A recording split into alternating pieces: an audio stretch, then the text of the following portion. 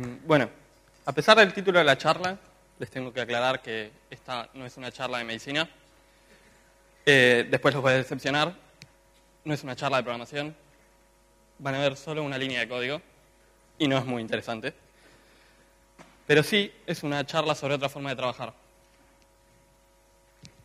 Mi nombre es Nicolás Serrini, como me presentó Fernando. Y acá es donde diría, trabajo para la empresa X, pero no.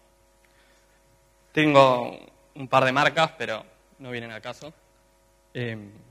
Defino mi trabajo como que soy un programador web freelance, pero fuera de la tecnología nadie entiende lo que es. Entonces, si le tengo que explicar a un pariente, un abuelo o alguien de otro rubro, digo que trabajo por mi cuenta, hago algo con la computadora y algo así suele ser suficiente. Entonces yo quería ser programador y como tantos creí que tenía que ir a la universidad y fui. Me volví ingeniero, pero desde la primera semana de clases me acuerdo que un profesor decía, ustedes tengan en cuenta esto, bla, bla, porque después van a ir a buscar trabajo, refiriéndose a ser empleados únicamente. Y van a ir a una consultora y van a tener una entrevista. En ese momento me parecía normal.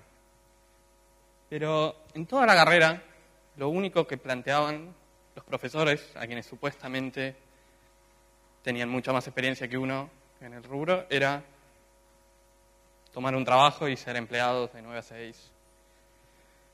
Algo no me cerraba ahí. Pero bueno, tomé un trabajo. Y no lo sentí bien. No sentía que no podía influenciar demasiado en lo que estaba pasando. A mí me daban una tarea, yo la hacía y no veía nunca al cliente. No sabía si lo que yo entregaba después se usaba. La verdad no me satisfacía. Entonces renuncié. En retrospectiva no tenía idea de lo que estaba haciendo. No tenía nadie que lo hubiera hecho antes. Y me dijera algo, qué podía tener, qué problema podía tener, no sé. Y bueno, problema técnico. No pasa nada. En lugar de seguir la rutina de siempre, lo que les vengo a ofrecer es tomar esa pastilla roja y ver qué hay más allá. No hace falta que Morpheus o Morfeo, como sea, venga y nos la ofrezca, porque en realidad está ahí. Depende de nosotros si nos interesa. ¿Vamos? Ahí está. Entonces, no hay un término demasiado conciso en castellano, pero diríamos que esto es freelancing. Y la verdad que tenemos una serie de libertades trabajando así y hay una que está buena y es que no hace falta usar zapatillas.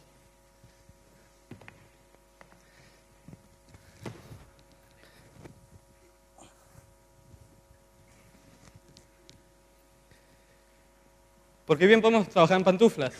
Por ahí no tan ridículas, pero es lo mismo. No pasa por ahí. Entonces, lo primero que les voy a contar es una serie de mitos que hay sobre trabajar de esta manera. Si sigue esa conversación donde yo dije, bueno, yo trabajo por mi cuenta, con alguien de cualquier otro rubro, va a decir, vos trabajás cuando querés, trabajás donde querés. Sí, pero tampoco es que no trabajo. Me voy a caer. Entonces voy a hacer como un paralelismo entre la pastilla azul de ser empleado y la pastilla roja de trabajar por tu cuenta. Entonces, una de esas diferencias es ese horario fijo. ¿Nosotros tenemos horario? ¿Quién sabe? Eso generalmente se degenera y se transforma en uno que trabaja de 9 a 18 y el otro trabaja 24/7, a toda hora. No, eso no es así. Es importante que uno lo reconozca y se ponga ciertos límites. Después, lo siguiente es el lugar. En vez de ir a la oficina todos los días, siempre a la misma hora, nosotros nos vamos a tener que hacer ese espacio de trabajo. Va a ser en nuestra casa, va a ser un cuarto libre, va a ser en un cuarto común, va a ser en un café. Y otra de las cosas que se nota enseguida es el ingreso estable versus el ingreso incierto. En vez de cobrar del 1 al 5, o como se ve en su país, X cantidad de dinero, va a ser cobrar algo en algún momento. Es importante que no es solo la cantidad, es cuándo, porque puede pasar bastante tiempo entre un pago y otro. Depende de cómo uno progrese. Algo hay que aclarar igual. Incierto no significa menos, tampoco significa más. Otra cosa que tienen de bueno ser empleado es que hay un grupo de trabajo. Además del compañerismo, siempre sirve para validar una idea o comparar lo que estamos haciendo. Y nosotros no lo tenemos. Por defecto estamos solos y tenemos que tomar las decisiones lo mejor que podemos. Y no, tu gato no es tu compañero de trabajo. Por más que se asome ahí mientras estás programando, no te puedo opinar. Entonces, eso es algo que hace falta suplir de alguna manera. Después están los beneficios. Los empleados habitualmente tienen vacaciones, tienen licencias por enfermedad, tienen una cobertura médica. Y eso tampoco existe. Eso, lamentablemente, nos lo tenemos que costear nosotros mismos. Después, esto no es siempre así, pero los empleados suelen estar asignados a un proyecto por determinado tiempo. Y nosotros, X, N, no sé, no podemos saber. Entonces, financiar, podríamos decir.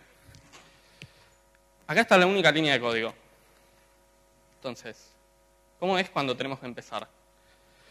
Alguien me dijo el otro día que era parecido a mudarse a la casa propia, irse de la casa de la familia y encontrarse con que hay un montón de cosas que hay que hacer que no estaban anunciadas. No era todo lindo y también había que lavar la ropa, por ejemplo. Entonces, para empezar, yo creo que hacen falta una serie de cosas para tener desde el día cero. Una es algo que parece una mala palabra, pero hay que averiguar cuál es la situación fiscal, impositiva, todas esas cosas horribles que más nos conviene y ya tenerlo de base, averiguar con un contador, lo que sea que haya que hacer. Después los problemas se multiplican. Después tener algo de contabilidad. ¿Vamos a tener un contador? No. ¿Vamos a tener una planilla? Por lo menos, por favor, anoten quién les tiene que pagar cuándo, qué. Al principio quizás no lo hacen y pasa cualquier cosa. Después, esto puede ser trivial. No hace falta implementar gateways de pagos como vimos al principio en este caso, pero tengo que abrir una cuenta de banco. ¿Cómo recibo un depósito? ¿Cómo se recibía un cheque y se veía si estaba bien? Hay que acordarse en la escuela cómo lo habían explicado. Después definir cuáles van a ser los medios de contacto del cliente con nosotros y viceversa. Porque mucho Facebook, Twitter, pero probablemente no sirva para esto. Vamos a tener un teléfono normal, de línea, esos anticuados. ¿Les vamos a dar el celular a los clientes? Yo no lo haría. Mejor dicho, yo lo hice. Me arrepentí mucho. Vamos a tener un email profesional que no sea cualquier cosa. Me acuerdo un conocido que tenía el mail rompecorazones 18. Ese no va a funcionar bien. Los clientes vamos a hacer un seguimiento con algún CRM, Trello, no sé. Todos esos posibles clientes los vamos a anotar en algún lado. No. Después este es un paso opcional. Veo que es muy común que se decida encarar esto con socios. No tiene nada de malo, pero asegúrense de chequear los objetivos de cada uno, las expectativas que tienen sobre lo que van a hacer, cómo va a ser el arreglo económico, cuánto va a trabajar cada uno, porque si no lo chequean, no lo hagan, porque después se agranda y van a perder una relación con alguien que por ahí valoran y no lo amerita. Después, tener en cuenta en algún momento, bueno, vamos a tener una marca, vamos a tener un sitio, escribir un blog, aunque sea hacer tarjetas personales, algo para tratar de incentivar que nos conozcan. Y acá es cuando viene, pero yo no iba a programar todo el día, o diseñar, o interpretar, o lo que sea que a mí me gusta hacer. La verdad es que no. Hace falta cumplir una serie de roles, que podemos hacer la analogía con ponernos distintos sombreros. Este es, más allá del cómic en sí mismo, es una tira recurrente que es muy divertida. Y la verdad es que es así, en el día a día, en el mismo día, van a tener que ir haciendo distintas cosas. Por ejemplo, esta es una lista totalmente subjetiva de qué cosas van a tener que hacer. Primero van a tener que ser ese profesional que quieren ser. De nuevo, en mi caso sería programador, pero es lo mismo si fuera otra la profesión. Después van a ser el vendedor.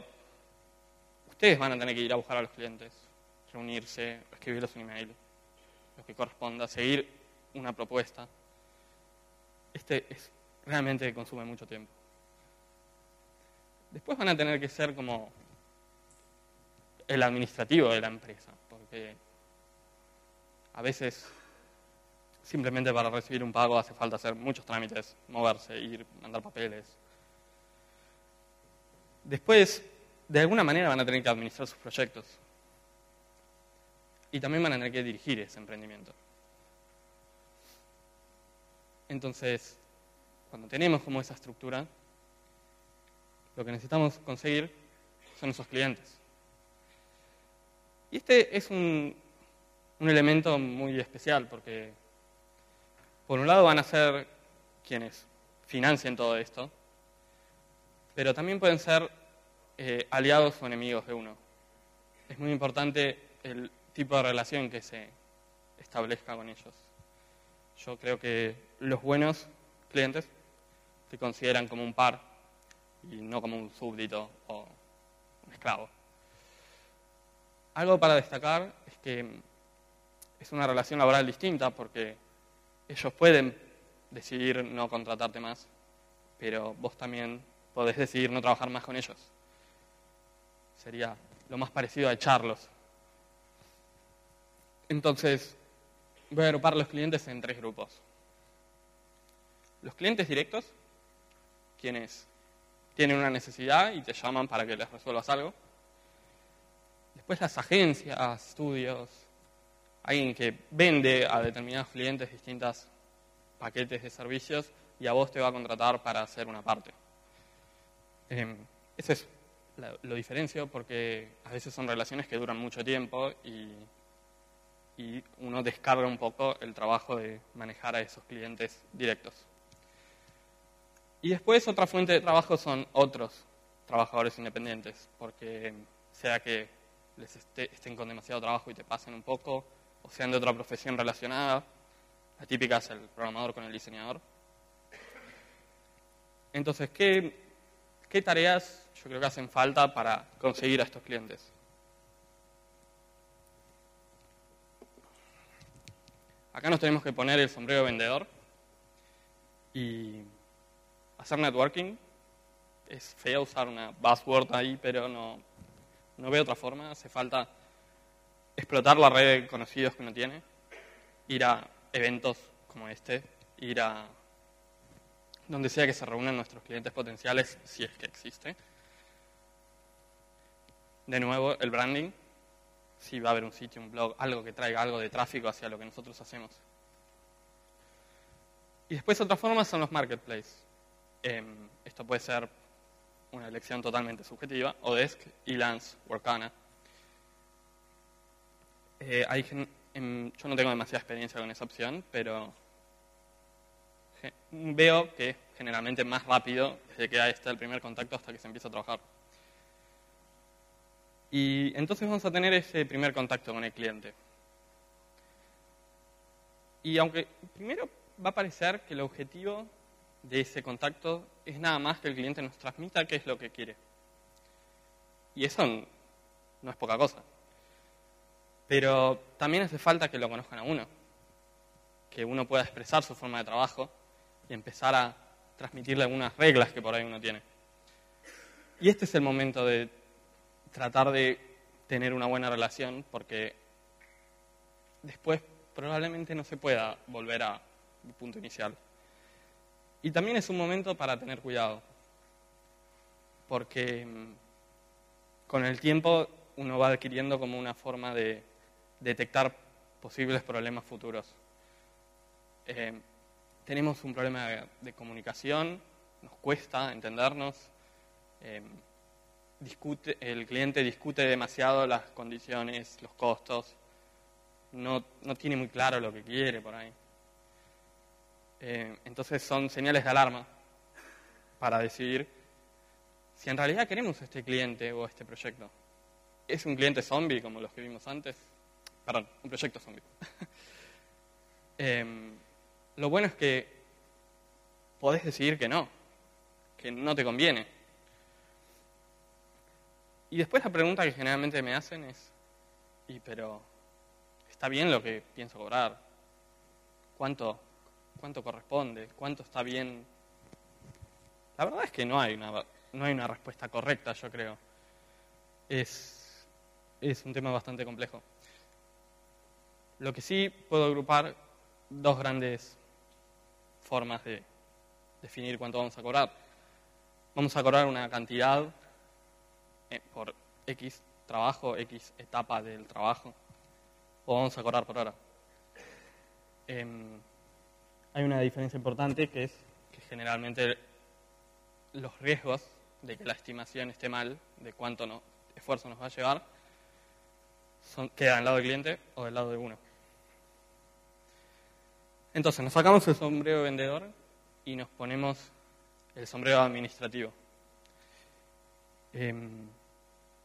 Entonces, en este rol vamos a definir una serie de condiciones que necesitamos que el cliente acepte para que podamos llevar el trabajo a cabo. Va a haber un contrato, no va a haber unas condiciones escritas, va a ser cómo se va a formalizar eso. ¿Qué medio de pago vamos a aceptar? De nuevo parece trivial, pero cambia mucho el esfuerzo para cobrar, cuándo se va a cobrar. Y ahí relacionado a eso es, ¿va a haber un pago adelantado? Sí, que esté. Cuando podemos hablar mucho, pero cuando el cliente decide y pone plata en ustedes, sabemos que va en serio. Bueno, por ahí no va en serio, pero creemos en que sí en ese momento. Y después, ¿qué le vamos a entregar? ¿Cuándo? ¿Cuántas revisiones va a haber? No hay una respuesta correcta a estos puntos, pero yo creo que cada uno tiene que definir estas condiciones de antemano, porque son importantes para que el trabajo nos sirva. Y con todo esto vamos a armar una propuesta de trabajo, un presupuesto o lo que sea. Es al revés que si nosotros estuviéramos en una entrevista de trabajo para tomarnos como empleados, porque nosotros vamos a proponer cómo trabajar, cuánto va a salir. Y recién después de todo esto, vamos a sentarnos con el sombrero que más nos gusta y vamos a trabajar en lo nuestro. Parece que pasó muchísimo tiempo, pero quizás son un par de días nomás. Y durante todo ese tiempo hay algo que veo que es fuente de conflictos, me ha pasado a mí y también a muchos con los que he hablado, que es que tendemos a olvidarnos de comunicar al cliente nuestro estado. Si nuestro cliente contratara a un empleado y lo tuviera ahí todo el día, le va a poder preguntar en cualquier momento. Va a ir hasta la oficina y decirle, che, ¿cómo va esto? Me acuerdo que esa frase era, cuando trabajaba de empleado siempre era eso, ¿cómo va eso?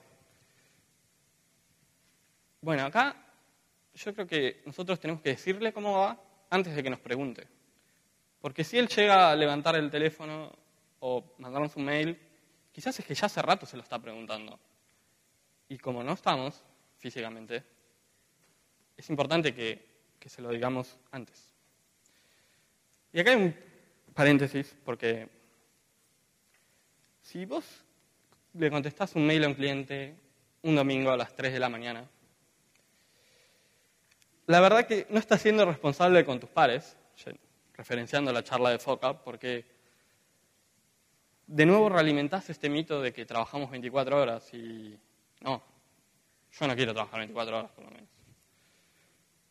Y el tip es que hay herramientas para poder escribir un mail fuera de hora, pero que no se note y se envíe en horas razonables. Es preferible que no se sepa, porque después van a esperar que contesten los mails a cualquier hora. Y con los llamados ni hablar. Pero ahí no hay herramientas. La herramienta es que no atender. Entonces, va a pasar el tiempo y vamos a terminar ese proyecto. Buenísimo. Pero no se termina ahí, porque hacen falta hacer unas pequeñas tareitas más. Cobrar. Parece tonto, pero acuérdense. Vamos a extender el proyecto. Le vamos a ofrecer algo más. Podemos ir un ratito de vendedor y ver si se puede extender. Este cliente puede ser que nos refiera a otro. Esto es muy común. Si hacen un buen trabajo con uno, es muy probable que él tenga conocidos que tienen necesidades parecidas. Y también nos podemos tomar un pequeño tiempo, aunque sea, para hacer una retrospectiva. ¿Estuvo bien estimado el proyecto? ¿Salió bien en nuestros términos? ¿Es un cliente con el que queremos seguir trabajando? Y bueno, terminado todo este ciclo, decimos, bueno, vamos a buscar otro proyecto. Pero la verdad es que esto parece como si fuera un proceso cascada en donde vamos pasando etapas y se termina y volvemos a empezar. Eso sería ideal, pero no. La verdad es que hay un montón de proyectos al mismo tiempo, probablemente tengan muchos, y van a estar cada uno en distintas etapas. Y se ve más o menos así esto. Pero lo peor es que no son dos. En principio quizás estás solo. Tenés que ponerte los distintos sombreros con los distintos proyectos y hacer infinidad de cambios de contexto por día. Eso es bastante delicado porque agota muchísimo.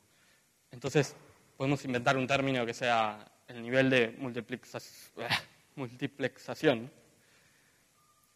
Y que sería como esto. Este malabarista es distinto al otro. Porque este no se sabe cuántas pelotas tiene en el aire. No es lo mismo si tiene esas 3 que si hay 5 más fuera del cuadro. Entonces yo creo que hace falta buscar cuál es la zona de confort de uno. Puede ser un solo proyecto, pueden ser 2. Es algo personal. Relacionado a eso, quizás al principio no hay una estabilidad de siempre tengo un proyecto, entonces también hay que tener en cuenta que puede haber un bache y bueno, económicamente tenemos que poder afrontarlo. Y en un momento van a parar y van a decir, pero ¿a dónde quiero llegar con todo esto? Entonces hace falta que se definan un plan. Y para eso van a tener que definir algunos objetivos.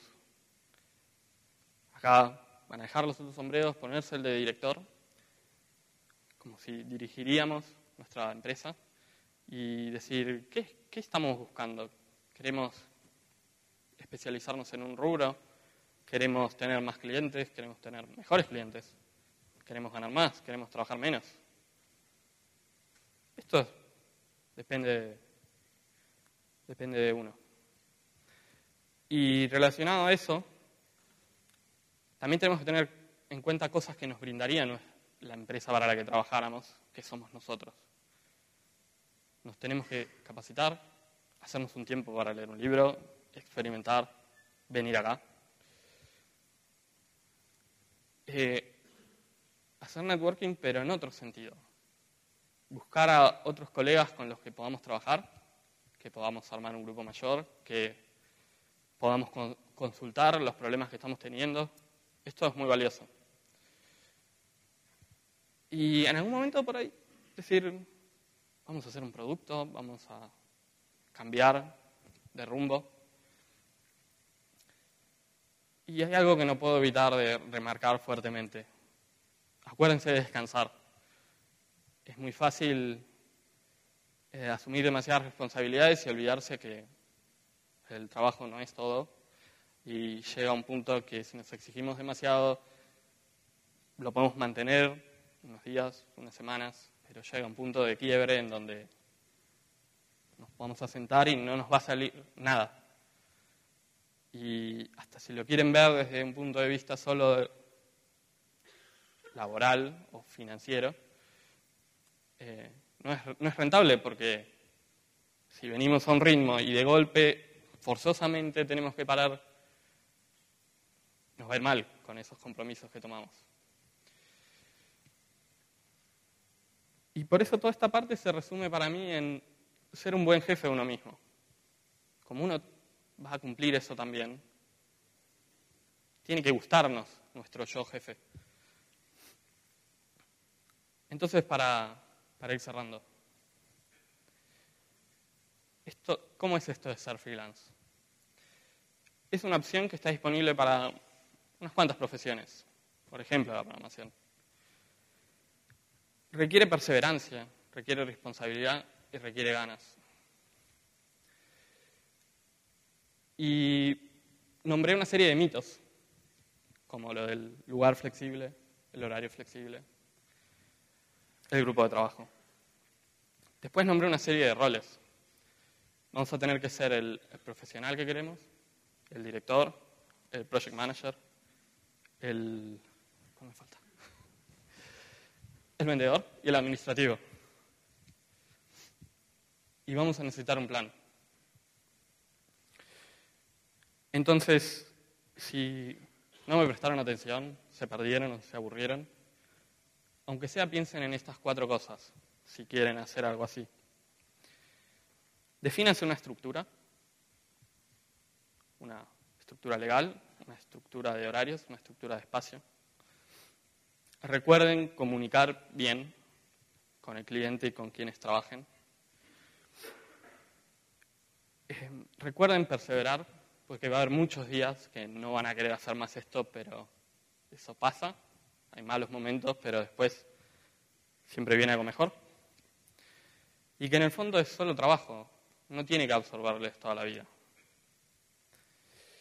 Entonces, esto nos lleva de vuelta al principio.